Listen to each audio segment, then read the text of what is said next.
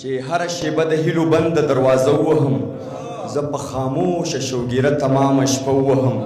د پښتنو په قتل عام به څنګه چپ پاتې شم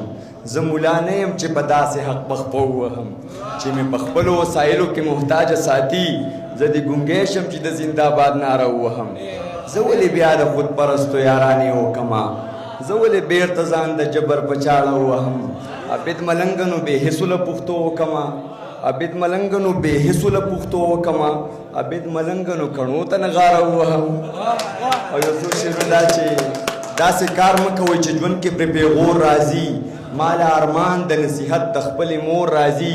بلا موده کېږي بیخي خاموشه شوی یمه راباندې اوس د خپل احساس ته چغو شور راځي مونږ هغه نه یو چې باران پسې پټي ګرځو ارمانه توجه غواړو مونږ هغه نه یو چې باران پسې پټي ګرځو غرضي دور دی که ته لاړې سل نور راځي او ښه چې زما په دروازه کې څوکیدار ولاړ دی شاهد صاحب ښه چې زما په دروازه کې څوکیدار ولاړ دی ښه نو دا غل څنګه ډاډه زما په کور راځي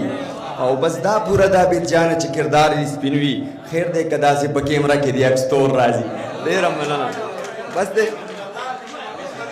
بس دا یو شی چې خلک سپین رنګ اوس پیمانې له د معیار ساتي عجیبه خلک دي د خدای په کار کې کار ساتي دلته د غلو په لاس کې تله د انصاف ورغلې دلته د دوو ټکو سړي په سر دستار ساتي دلته د خېټې غم په خلکو سمې لوبې وکړې دلته مجبوره اجراګان هم ځان سنګار ساتي او زه به د وخت د ظالمانو خلاف کلک ولاړ یم هر څوک هر وخت د مرګ سوري راته لار ساتي دا خودپرسته زمانه او دا دوه ژبې خلک عبید ملنګ به خدای وهلی وي چې یار ساتي